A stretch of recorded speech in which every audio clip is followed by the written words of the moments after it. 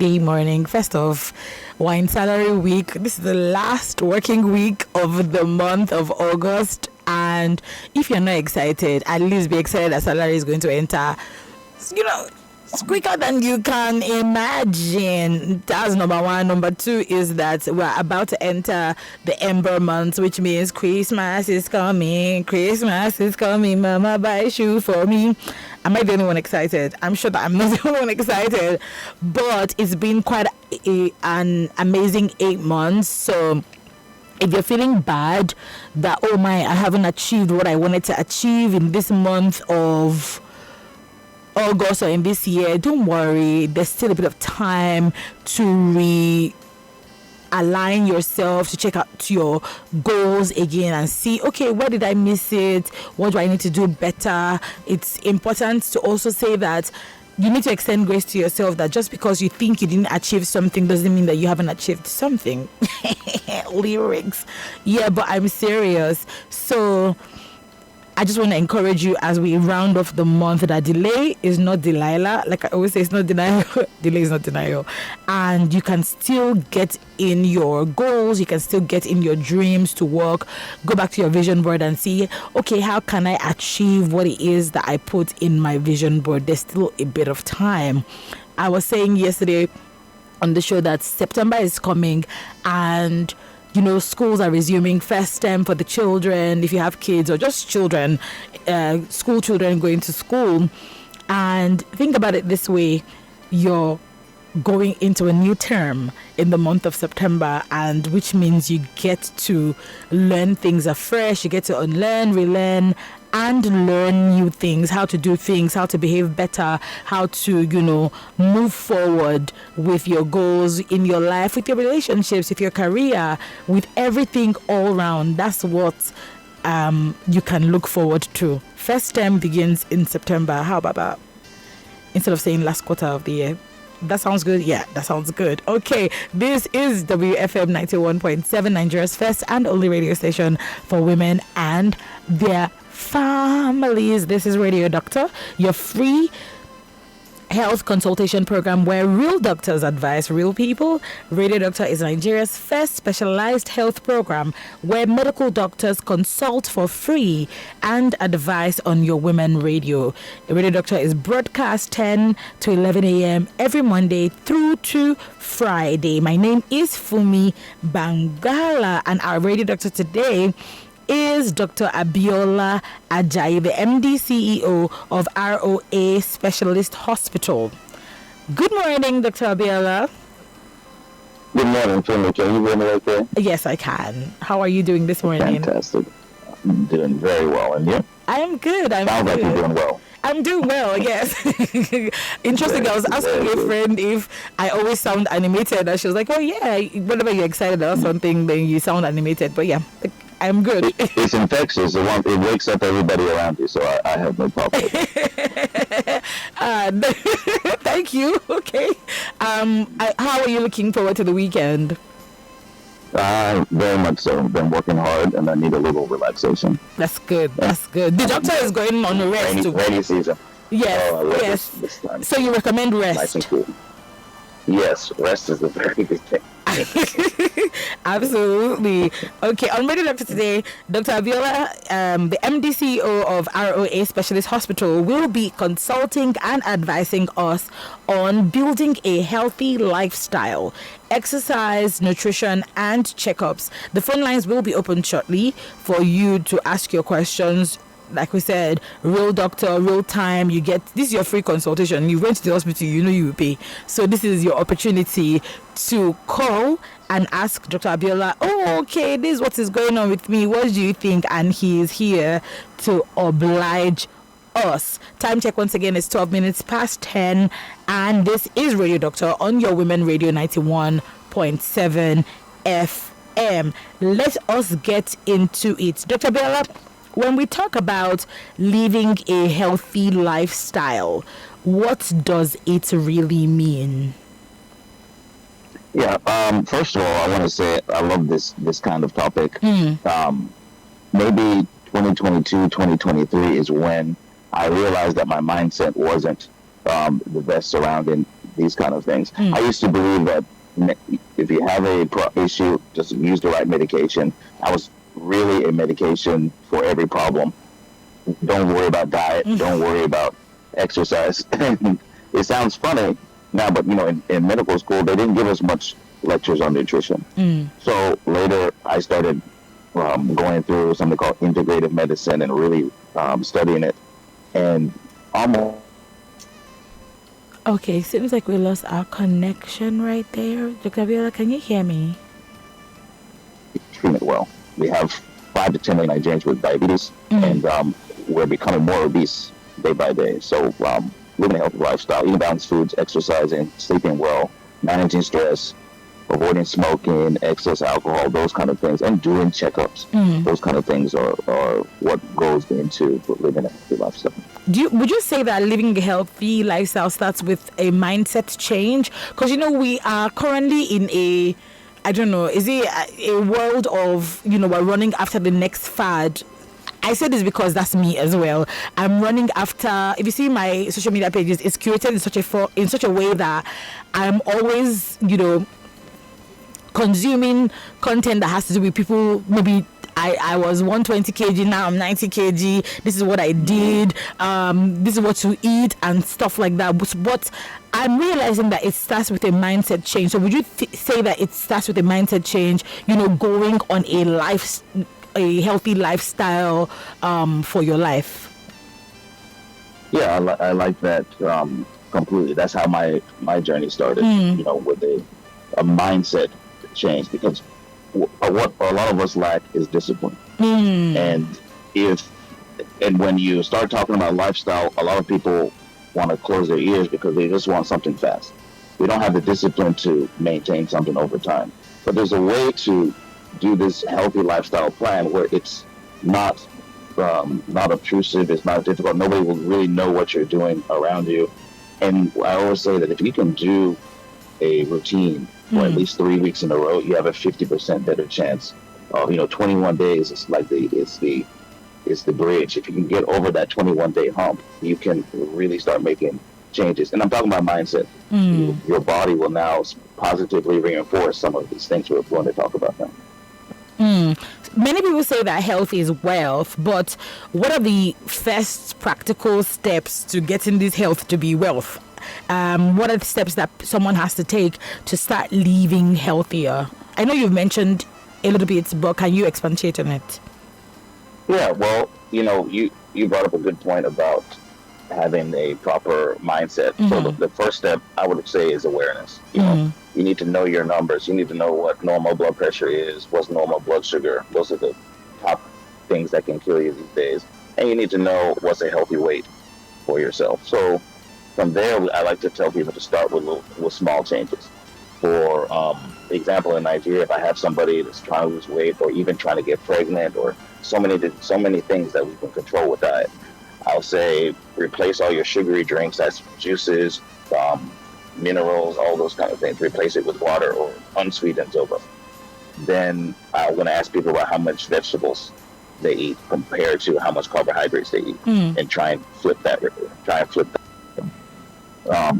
Then another one is exercise. Even though I do believe 75% of your weight loss or your healthy lifestyle is tied to your diet, exercise is extremely important for maintaining muscle mass and maintaining, which also helps maintain your metabolism, and then maintaining your heart health. And a lot of people will say, I think we'll get into this a little bit later, but a lot of people say they don't have time for exercise, but I'll give you some statistics on how little you need to make a change. But according to the World Health Organization, they talk about 30 minutes a day for 5 days of moderate walking. It's even significant, but I even have a plan that's lower than that. I really like that you said at the beginning that the first thing you need to do is to know your body weight, your blood sugar, and things like that, because that never occurred to me. Because even me, every time I say I jump on I need to lose some weight situation that I always find myself in, I never think about, okay, I think about my weight. I'm obsessed with the numbers. I'm not going to lie. I'm absolutely obsessed with what do I weigh today? How do I move from this number to the next number? But I never really thought about the blood sugar and things like that. Even the body mass index. I think the last time I had a body mass index conversation was when I had just had my second child, and I was told my sugar was really, really high. No, I hadn't even had him. I was still pregnant, and then the doctor had said, "Lady, your blood sugar is really high," which I knew was going to be high because my in-laws had come around and they brought chocolates, so I indulged. It was Christmas, so I indulged in chocolates that during the Christmas season. So that was the time I was like, body mass index. But from that time, and that was 2023, about January to this moment, I don't think that I've really come across body mass index for myself. So I like that you mentioned that, but can you really blow it out in the open? Maybe someone's listening and they want to know, okay, how do I calculate my body mass index? Why is it important? How does this why is it also important to know with regards what I eat, or taking my lifestyle, my healthy lifestyle journey seriously? Yeah, body, the easy way, or the way I was taught, is you take your weight in kilograms and you square that, and then you divide that by your weight in your height in meters, and you have some basic, let's say, windows. So a person that normal would be about 19 to 25 for a BMI. If your BMI is above 25, you're overweight. And above 30, you are obese. Right? And then later on, they separated obesity into different categories, where 40 and above is class 3 or severe obesity. And you'd be surprised. You may not have to square it. You can just do your weight over your height and get a number. And that number, if anybody's over 25, if you get a number over 25, you need to make some changes. That's the simplest way. So if you're 75 kg and your height is 1.7 meters, your BMI is 25. And that means you are overweight. I'm sorry. But is this like for real, or is it like, oh, that's what it should be, but we understand that there's some people who have maybe bigger bones, and in their family they are just on the bigger side, or is this what it's supposed to be like? I would say this is, there are all outliers. Like for me, my BMI is higher because my bones are more dense than average. So there are some outliers, but it's for 80% of people. If you get a number that's 30 and above, there's no bones or no bones that are going to save you, or any other configuration that's going to save you. 30 and above, you're obese. The only place where this comes into question is people from, let's say, 15 to 25.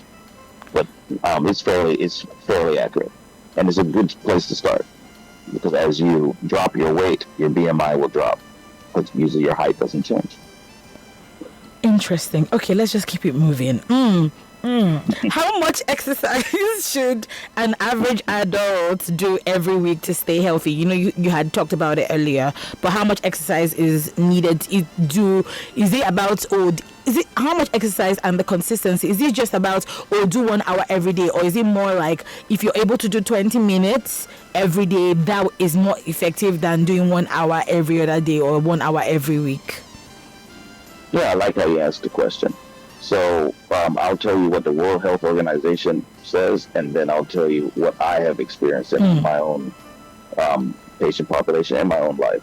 So World Health Organization recommends 150 minutes a week of moderately brisk activity, and they use walking as an example. So 30 minutes of walk. You want to walk fast enough where you're not having casual conversations. You're actually moving. If you find yourself using the phone on your walk, then you're probably not walking fast enough to get the true benefit. You can see a lot of people that walk at work. So, I walk all over the place at work, and they're still fat. It's because there's not enough intensity behind it. Right. So So that 30 minutes 5 times a week is hard for a professional or even other 9 to 5ers to keep up with that. And even if you have a home gym, I had a home gym. I couldn't keep up with that. I moved the weights into my bedroom. And I did slightly better because I have to step over them every day. I would just pick one up. But what I've seen is that even just twice a week, even just 15 minutes or 20 minutes twice a week will show you will see you have appreciable gains. Meaning you do that for a few weeks, people are going to look at you like, hey, is there something different about you? And I'm saying 3 weeks, you're going to notice. 6 weeks, everyone will notice. 12 weeks, you're going to love it. And what usually happens is as you start low like that, and research shows that 85% higher chance of maintaining an exercise program if you start low. A lot of people jump into it and start doing it 2 months, they get sore or they have an injury and they put it on the shelf. I knew I shouldn't have done that. But if you start low, I have, my older patient population, I tell them just do body weight squats. Have a chair behind you, stick your arms out parallel to the floor, stand up, and just let your bum touch and then squat down, let your bum touch the chair, and then back up again. If you can do that, and because working your lower body, those are your bigger muscles, it increases your metabolism faster than just working upper body. So you can do that. If you can just do that 10 times. 10 times. If you can't do 10 times, do it 4 times. I promise you can do that kind of workout every day. You get it 4 times on day 1. By the next week, 1 week from there, you're probably doing 6 or 7. A week from there, you'll easily do 10 for sets of 2. I worked my way up too doing that. I went from 130 kg down to 85 kg by concentrating on my diet and doing these kind of things. I started without a gym membership and without a gym. So there's no reason why you can't find one of these exercises to do. You don't need to buy equipment. You don't need to get a membership. And it makes a huge difference in your quality of life, like your sleep, as well as your longevity. That's the fountain of youth is actually in exercise. And if you look at people in the Philippines, there's some people there that exercise every day. In China, they exercise every day. They've been doing it for 50 years. The person is 70, and you look at it looks like a 45-year-old. So that's really, and none of us, or very few of us in Nigeria, exercise enough. That's interesting. So you also talked about nutrition, but how important is nutrition when building a healthy lifestyle compared to exercise? I have it in one question. The second one that I would want to ask is, to follow up to that, is what are some healthy, affordable Nigerian food options that, people can eat to maintain this healthy, nutrition? Right. So your first question was how important is nutrition? Yeah. It's the major portion. It's the major portion. See, if you go if you eat a donut, and I don't recommend eating donuts, but you know donuts, right? You eat a donut, that's about 300 calories. For you to burn off the calories of that donut, you need to work out in the gym anywhere from 2 to 3 hours, depending on how intensive, for just one donut. Forget all the other food you ate during the day. So the part of your body that uses the most energy, which is what you want to do, you want to burn calories, is your metabolism, just keeping your body going. And the more muscle you have, the higher your metabolism. Right? So the nutrition is 80% of the job. You can keep all of the gains or all your weight goals without stepping in the gym, without doing 1 minute of exercise, if you just change your diet. If you eat less than what your metabolism is, you are guaranteed to lose weight. For example, if you're, I don't know how tall you are, but I'm like average burn 5. How tall? 5'4", yeah. Okay, so you're probably burning about 1,650 or 1,650 calories a day. So if you eat anywhere from 1,650 to 1,800, if you now start eating maybe 1,400 or 1,200 calories a day, you are guaranteed to lose weight without doing one exercise. So it's important to look, and especially people that can eat a similar meal all the time. Like I have no problem eating this. I've eaten salad every day for the last 2 weeks. I have no problem I'm doing sorry? those kind of things. Or When you mean every day, you mean breakfast, lunch, and dinner, or just once a day? like 1 or 2 meals would be salad, Wow. and then 1 regular meal. And I vary them. Some of them are fruit. Some of them have chicken. Some have tuna. Some have mackerel. Rotate them around. But what do you put in your body is everything almost. The second part of your question was In a country like Nigeria, yeah, like what kind Right. of foods can we eat? Yeah. Everybody tells me when I start talking about these options, especially with my patients, they all tell me that this food is not available in Nigeria. And I beg to differ because I've created a WhatsApp group. Maybe at the end we'll give my details. Okay. And also on my socials where I personally cook the meals. So I'll cook the meals, put the picture up there, put the recipe, and I'm just doing this to show that even as busy as I am, I have time enough to make. Like when I was going on my big weight loss journey, that's what I was doing.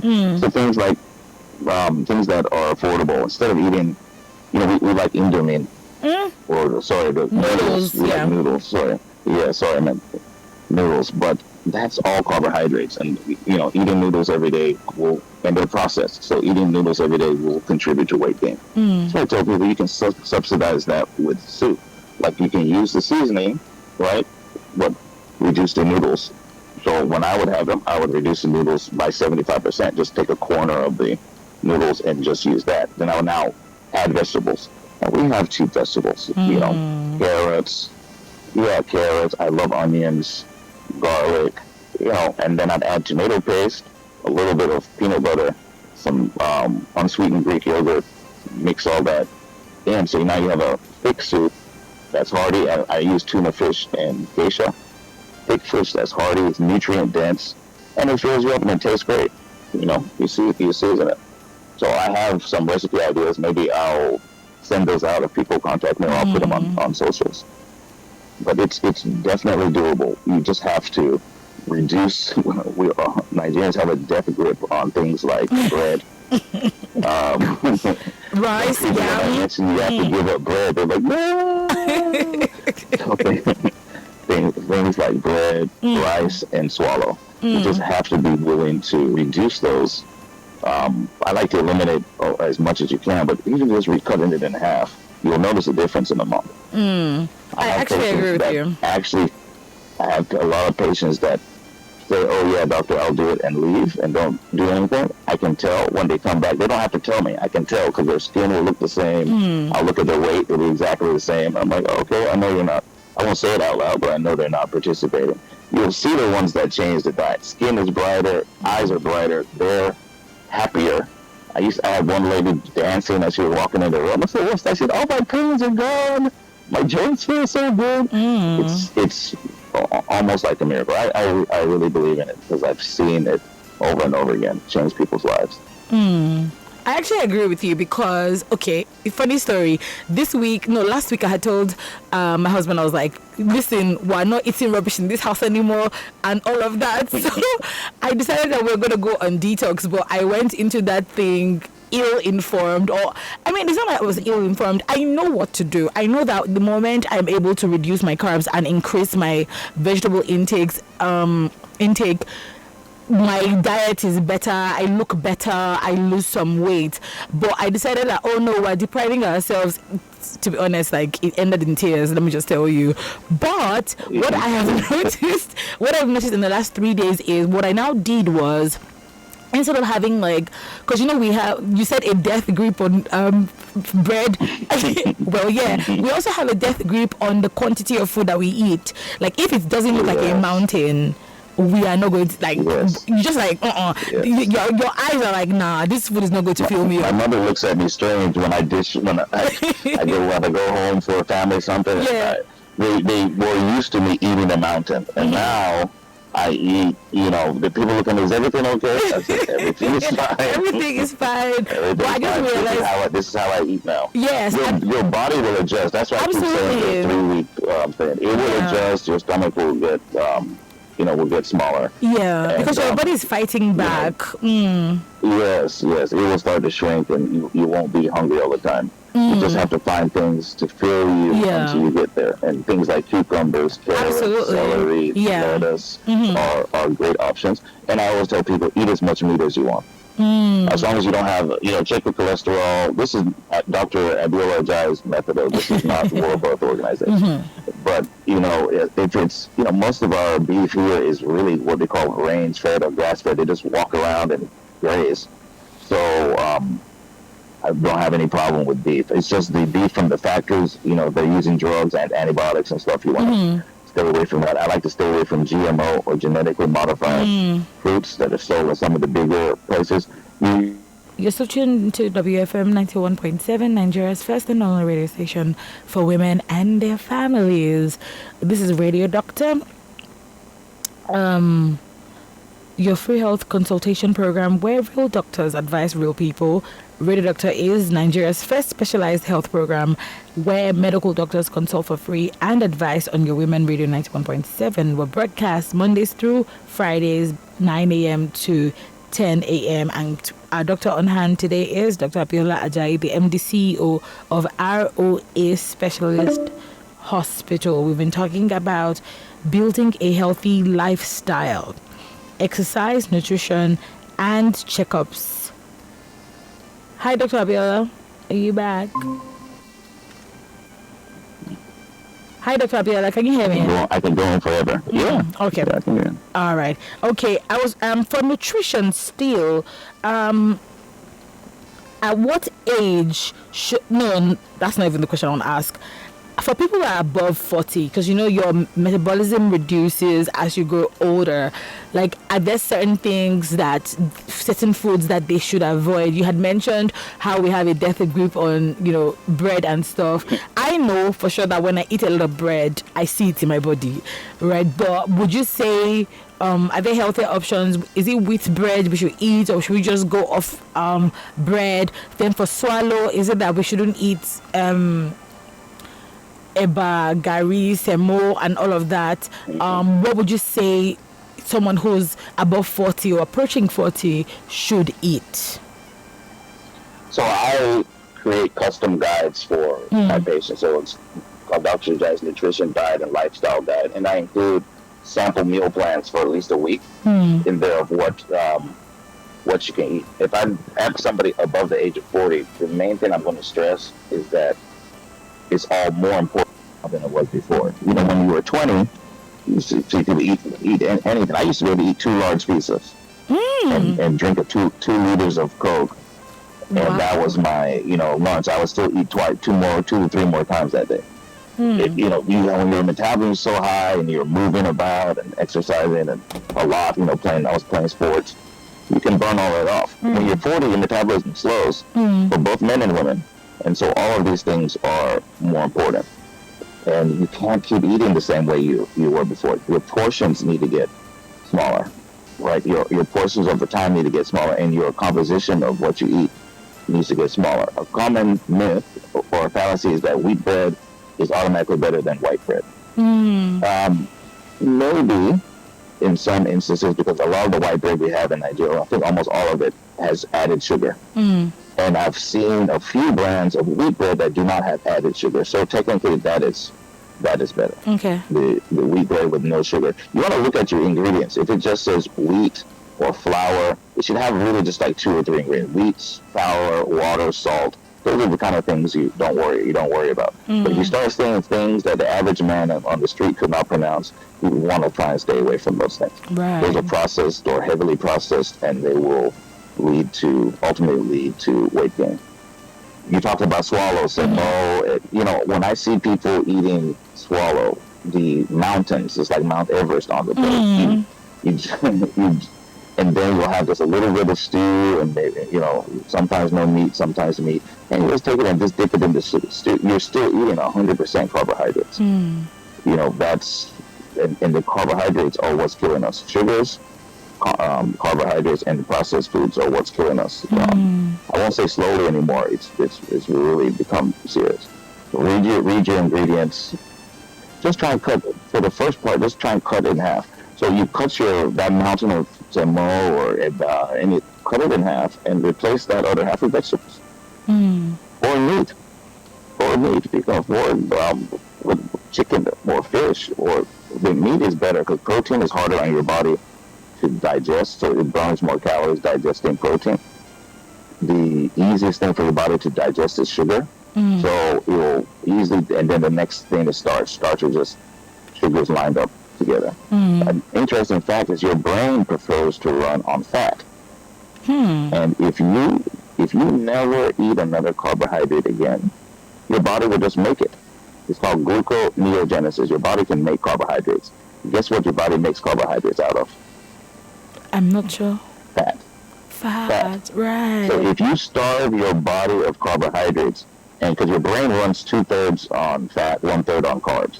So if you starve your body of carbohydrates, your body is just going to start breaking down fat faster and using it to power the brain, using it to power your muscles, using it to power, and then any cell that needs glucose instead of what you call fatty acids. That's what the keto diet is about. Yes, your body. Yeah, so I don't believe in going all the way to ketosis, where your breath changes. This is a heavy strain on your kidney. So I preach more of a low or ultra low carb, and it's usually easier to stick to my kind of plan. Nothing against keto and all the research and everything like that. No, I've done it, but when you say keto, it means ketosis. It means that your body goes into this state where it's just only burning fats, and sometimes it can be a bit extreme. I think anything really it's not extreme. an on-off switch. You can reduce it. The balance is important. Absolutely. Balance is important. To that point, at what age should men and women start doing, regular checkups, routine health screenings? Should this be just when they get to a particular age, or it has to be round the clock? Well, ideally, it should be yearly, right? So from 18. And then, but between your 18th age and age, let's say 40, you can do your checkup every 3 to 5 years, as long as there's no abnormal. If you now have something like high blood pressure or cancer or something, of course, it's going to be more frequent. But when you now get to age 40 and up, both men and women, you should be seeing your doctor yearly minimum for a comprehensive test. Men, we have prostate cancer, second leading cause of death for men. You need to start screening that from age 40. Women have breast cancer, cervical cancer, ovarian cancer, so many different things that you can start screening from. And every one of those diseases is easily treated, the earlier it's diagnosed. Right. So there's no benefit to waiting. Right, okay. Now, in a country like ours, where we do a lot of sitting down, we go to the office, even when you want to leave your house, if you're not driving, the moment you see a vehicle or you want to enter to go to the next bus stop, right? We don't have a culture of walking or of exercise. What are the risks of this, especially for office workers, or just Nigerians in general, who would rather take a bus than take a 5-minute walk to the next bus stop or to the market? Yeah, that's a good observation. Sitting for long hours, the average office worker sits for 8 to 10 hours a day. So sitting for long hours, it slows your metabolism. Metabolism, I don't know if I said it earlier, it's your body's processes. So you're breathing, your heart's a muscle, it's pumping constantly, your brain is constantly working. So all the energy requirement of all your organ systems, that's metabolism. So any office worker, like I said, sits average 8 to 10 hours a day, they have a higher risk of obesity, high blood pressure, diabetes, even cancers. And, we're becoming more urbanized. We spend hours in front of a computer. Then people often snack biscuits, bring me one of that mineral, and it shows that worldwide, 11 to 15% of deaths directly linked to sedentary lifestyle. So that's what we're talking about, sedentary lifestyle. Those that don't. So I tell, if you may not be able to change your job, especially if you have a good office job. So I say it's not that you have to change your job. You can just implement a few things. For example, standing up every hour. Just look at the clock. Every hour, stand up, walk. You can walk around or even stretch at your desk. these kind of things can make a huge difference. You're waking the muscles up, you're keeping your metabolism up, and reducing your chance of sudden death from heart attacks or strokes, or long-term death. Makes a big difference. So I tell some people, if you have an elevator at work, try and take the stairs. Well, trying to take the stairs, just adding that, walking up and walking back down is exercise. And every little bit counts. Every little bit counts. Okay, I was going to ask this question, but it skipped my mind. The question is about skipping breakfast or eating late at night. How does this affect overall health? I know some people I know some people who don't have breakfast. They just start eating from about 12 or 1. Some people call that intermittent fasting. But what's the importance of skipping breakfast, or what's the importance of eating late at night when it comes to our health? So I like that you brought up the term intermittent fasting. And for intermittent fasting to work the best, you choose an 8 to 10 hour window in which you consume all your meals. And then outside of that window, you can drink water, things like that, but you're not eating. Why people wait so long is because they want to be able to eat late. So a lot of people wait to 12 or 1 before they take their first meal, knowing that their last meal can be at 9 or 10 p.m. So you've now, under the guise or under the umbrella of intermittent fasting, you have now put yourself in a bad situation by eating late at night. That's not good. People that eat late at night, 55% more likely to be obese, not just overweight, obese. So, and then skipping breakfast may cause, fatigue, poor concentration. You may have low blood sugar. Yeah. And if you do that in the morning with breakfast, then it may cause you to overeat later in the day. You know how your Bible says, "Ojukoko." You're hungry, so you get all this food, and you may not need all that food. And you force yourself to finish it because you don't want to waste it. So you're now just adding more weight. So I tell people you should eat breakfast and still intermittent fast. Just know that if you're going to eat breakfast at 9 a.m., just know that, by 7, you're not eating anymore.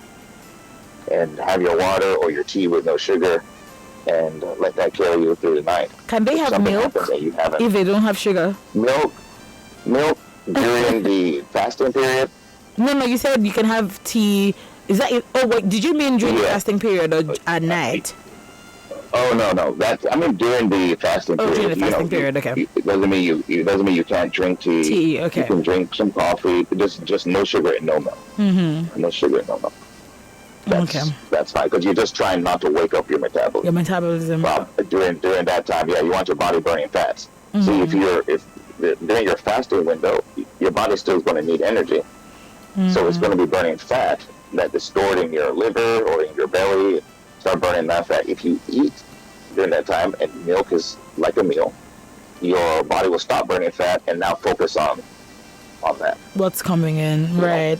What's coming in, and trying to turn it into fat instead of burning fat. You had mentioned earlier some exercises that you had recommended to your patients. Are there other exercises that people can do at home? Because some people just think, oh, let me go to the gym. Is when I go to the gym that I can lose some weight. And you go the first day, second day, third day, and then you're like, nah, this is not for me. But there are other home exercises that people can do that will help them, just aid in movement, aid in maybe a little bit of weight loss as well.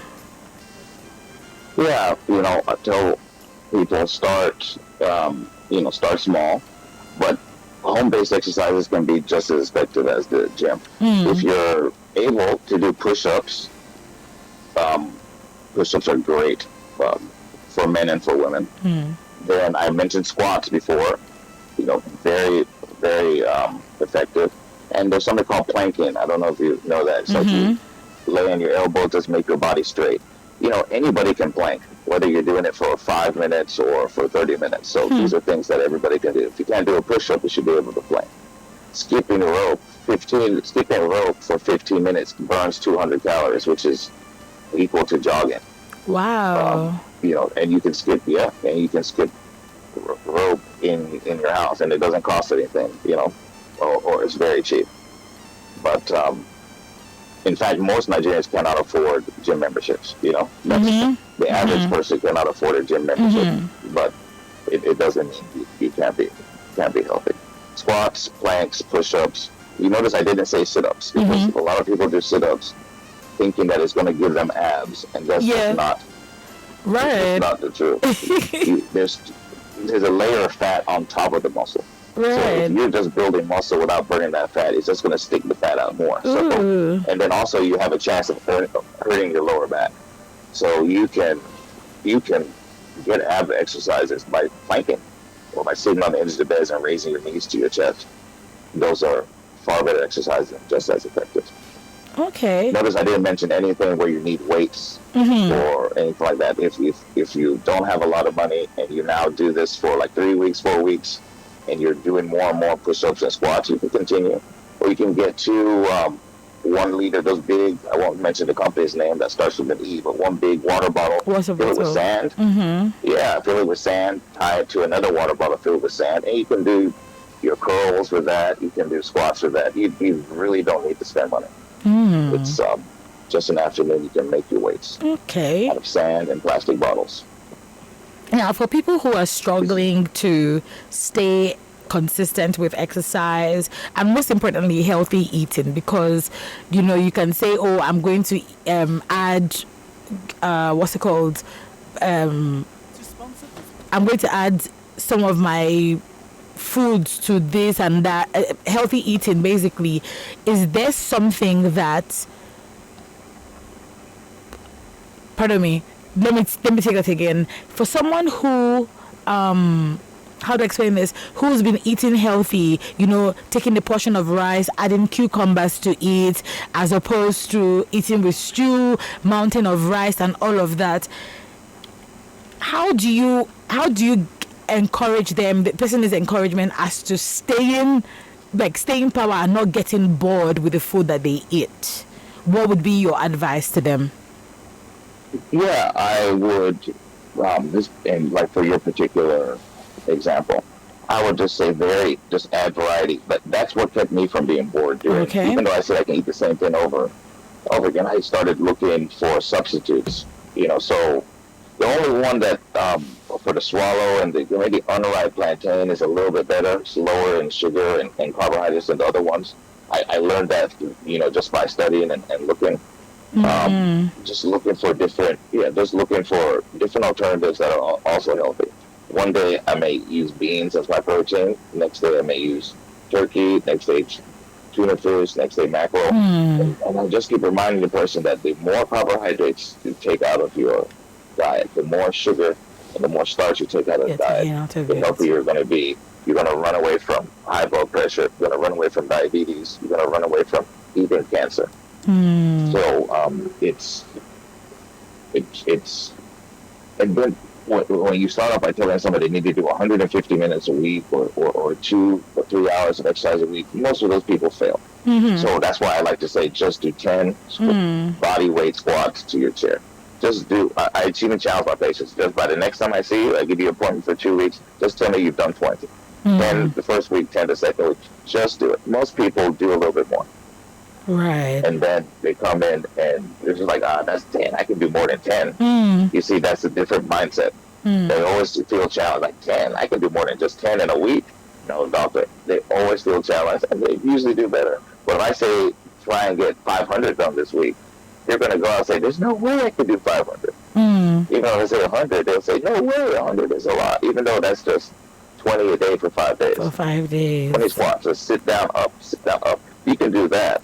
You can do that in 5 minutes in your office there. Just those 20 after a week, 2 weeks, 3 weeks, you'll be like, man, my knee feels better.